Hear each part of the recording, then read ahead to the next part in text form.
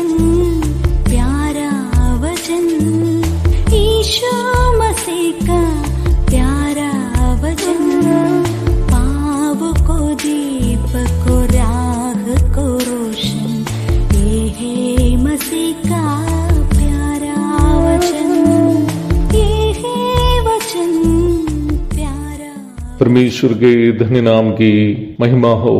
प्रभात मनन के सत्र 1830 में आप सभी का बहुत ही विनम्रता के साथ स्वागत करता हूँ। आइए आज का मनन के लिए हम पढ़ते हैं इब्रानी अध्याय 4 पद 3। परंतु हम जिन्होंने विश्वास किया है उस विश्राम में प्रवेश करते हैं, जैसा उसने कहा, मैंने अपने क्रोध में शपथ खाई कि वे मेरे विश्राम में प्रवेश करने ना पाएंगे। यद्यपि जगत की उत्पत्ति के समय से उसके काम पूरे हो चुके थे। मैं पुनः आपको ये बात दोहराना चाहता हूं कि प्रारंभ में पढ़ी गई पद में बताया गया विश्वास दैनिक जीवन में हमें परमेश्वर पर रखने का भरोसा को ही दिखाता है। मुझे इस बात पर कोई शक नहीं है कि जो यीशु मसीह को उद्धारकर्ता एवं प्रभु के रूप में, जैसे रोमी 10:9 में हम देखते हैं, विश्वास नहीं किया हो, अपने दैनिक जीवन में भी परमेश्वर पर विश्वास करते हुए जीवन बिता नहीं पाएंगे। परंतु थोड़ी सी और गहराई में जाकर जब हम 4 अध्याय का अध्ययन करते हैं, यह बात बहुत ही स्पष्ट हो जाती है कि यह बताया गया विश्वास विशेषकर उस विश्वास को दर्शाता है जो दैनिक जीवन में प्रभु पर हमें करना चाहिए। जैसे कि मैंने कल के मनन में बताया था, यह विश्वास उन विश्वासी ही परमेश्वर पर कर पाएंगे जिनका परमेश्वर के साथ एक व्यक्तिगत संबंध है। Those who have a personal relationship with God only can trust God in their day-to-day life. भजन संहिता 95 की 9 से 11 तक के भाग को प्रारंभ में पढ़ी गई पद हमें याद दिलाती है। वहां उन इसराइलियों का जिक्र किया गया है जिन्होंने मरुभूमि से कनान की ओर यात्रा करते वक्त अपने दैनिक जीवन की आवश्यकताओं के सामने परमेश्वर पर विश्वास अथवा भरोसा कर नहीं पाए, और इसलिए ही वे कनान में अथवा परमेश्वर उनके लिए जो विश्राम को संसार में अनुभव करने के लिए प्रतिज्ञा की थी, अनुभव नहीं कर पाए। मेरा कहना यह भी नहीं है कि जिन मसीही विश्वासी परमेश्वर पर भरोसा करते हुए जीवन बिताते हैं उनके जीवन में परेशानियां नहीं आती हैं या उन परेशानियों के सामने वे उदास या निराश नहीं होते।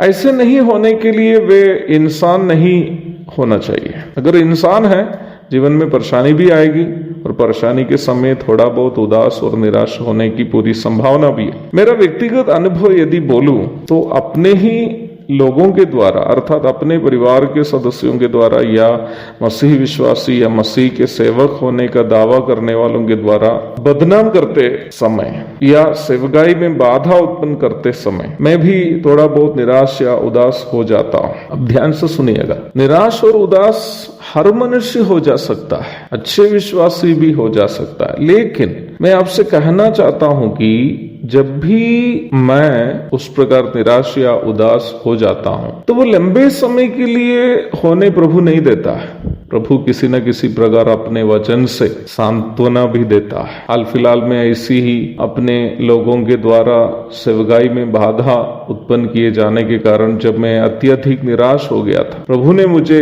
अहीतोपेल की बात याद दिलाई, जिन्होंने दाऊद के दोस्त होकर भी दाऊद को गिराने के लिए अबशालोम के साथ मिलकर दाऊद के खिलाफ षड्यंत्र रचाया। परंतु परिणाम क्या निकला? अहीतोपेल खुदकुशी की और अबशालोम भी मारा गया। परमेश्वर के साथ एक व्यक्तिगत संबंध के साथ जीने से यही फायदा है। हमारी आवश्यकता के समय या हम मानसिक दर्द सहते समय वह स्वयं हमारा विश्राम बनकर आएंगे। परमेश्वर स्वयं हमारा विश्राम बनकर आएंगे। परंतु यह विश्राम उन विश्वासी ही अनुभव कर पाएंगे जो परमेश्वर पर विश्वास करते हैं, परमेश्वर के साथ एक व्यक्तिगत संबंध रखते हैं। परंतु इस विश्राम उन विश्वासी अनुभव नहीं कर पाएंगे जो प्रतिदिन परमेश्वर पर विश्वास अथवा भरोसा करते हुए जीवन नहीं बिता पाते हैं। इसलिए ही परमेश्वर के साथ एक व्यक्तिगत संबंध रखते हुए प्रतिदिन के जीवन में हर छोटी बड़ी आवश्यकताओं के सामने,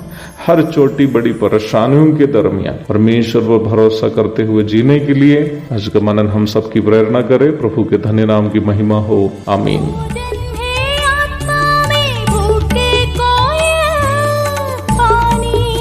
आत्मा